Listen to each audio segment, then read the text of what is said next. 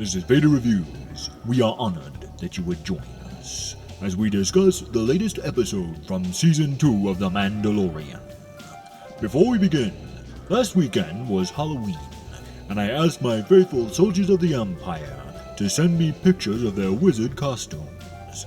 Bobby Martin sent me a picture of his costume titled Dead Jedi, and I gotta say, I like the way you think, my friend, and his real costume did not disappoint either, with a very impressive Darth Revan. Noah Stewart wears the Mask of Zorro, a personal swashbuckling hero of mine as a youngling. You can't go wrong with a black cape, gloves, and a sword, my friend. Well done indeed. Here we have Darth Lion clowning around in his costume, and he clearly spent a pretty penny on it. Also, I like the Vader helmet, arcade cabinets, and what I think is a Popo T-Rex on his shelf, if my golden Sith eyes do not deceive me.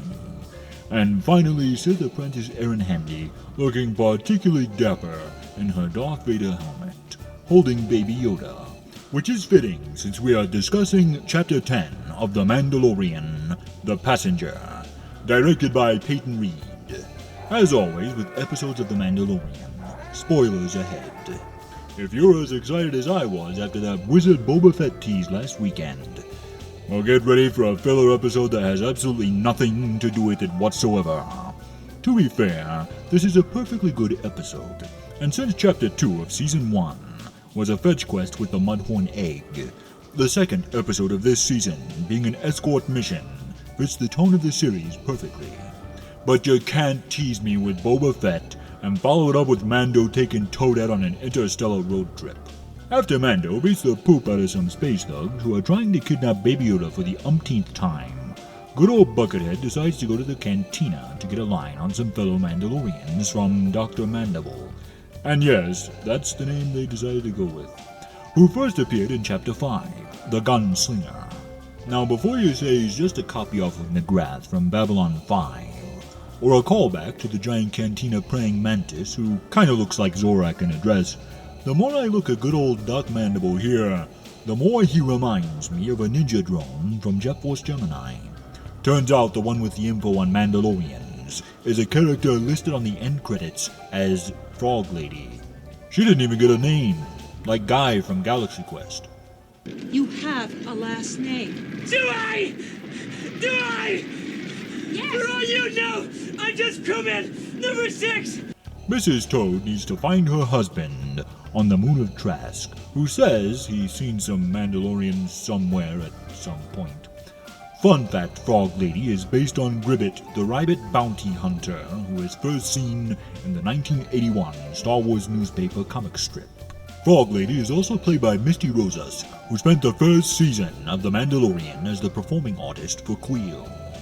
Before we go any further, this week's video is brought to you by Hero of the Empire and Angel of Hope, Elizabeth! The Empire thanks Elizabeth Mulligan for her generosity. Your support is greatly appreciated.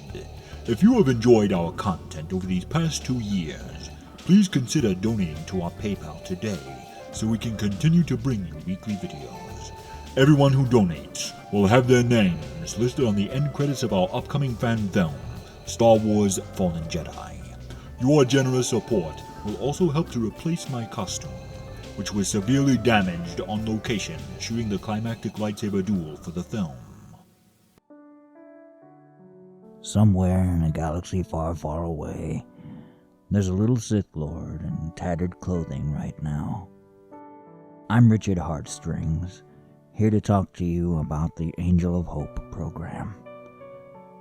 This is Annie, a little slave orphan from Tatooine. Annie doesn't know where his next Vader outfit is going to come from. All he knows is that he needs one. For just $5, that's roughly the price of a cup of coffee, you can become an Angel of Hope for this little boy. Are you an angel? They're the most beautiful creatures in all the universe. Donate to the PayPal today. Yours only hope.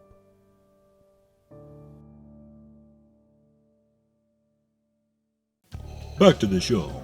As Toadette and Mando leapfrog their way across the galaxy, they get pulled over by a couple of X-Wings, since Mando helped Bill Burr and his gang of miscreants with their prison break back in Chapter 6.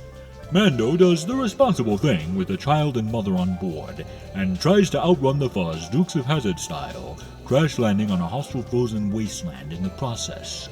And I have to admit, when I saw Mando wandering through that ice cave, the first thing I thought was, are we gonna get to see him throw down with a Wampa?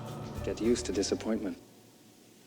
I would have settled for a pack of angry Tauntauns defending their young, since the whole episode revolved around Toadette and her eggs. But instead, we get spiders. Giant spiders from Mars. What? when Shelob and her spawn attack. Mando fries up the spiders like Jeff Daniels in Arachnophobia. And after all the excitement, our heroes fly away in a heavily damaged Razor Crest to continue the search for Slippy. So yeah, the episodes ends up being about half a road trip, which felt a bit unresolved, and it kinda bugged me. What I did appreciate, however, were a couple of visual touches. When Baby Yoda doesn't want to eat his food off his tray, it reminded me of when Master Yoda didn't enjoy my son's food on Dagobah. And speaking of Dagobah, the giant spider creatures called Krykna were originally designed by Ralph McQuarrie for The Empire Strikes Back. And though many consider Season 3 of Rebels to be their first appearance, they actually made their debut in the 2003 GameCube title Rogue Squadron 3 Rebel Strike. As for Chapter 10 of The Mandalorian, I may seem like I'm being a bit harsh on it, and if it fell a little further into the season when I was expecting a slower, filler episode, I probably would have enjoyed it much more. Maybe it's because of the replicators in Stargate SG-1, Shelob's children and the return of the King game, and a myriad of swarming spider-like robots and creatures in sci-fi shows, movies, and games from the early 2000s. The visuals for this particular episode felt like nothing I haven't seen before. Plus, I've never really enjoyed the swarming enemies in video games, which is what this episode reminded me of. I will revisit this chapter again after they pay off the Boba Fett tease, but for now, I would say, based on the opening action sequence, the visual effects, and the fact that they used the classic cantina and mined Ralph McQuarrie's concept art for the Krykna spider, I still give this episode a solid 3 out of 5 Death Stars. The Emperor is not as forgiving as I am. This has been Vader Reviews. Be sure to like, comment, subscribe, and hit that bell for notifications, and follow me on Twitter at Vader Reviews. Join the Empire today. You do not yet realize your importance. Share these videos, and together we will rule the internet. And always remember, you don't know the power of the dark side.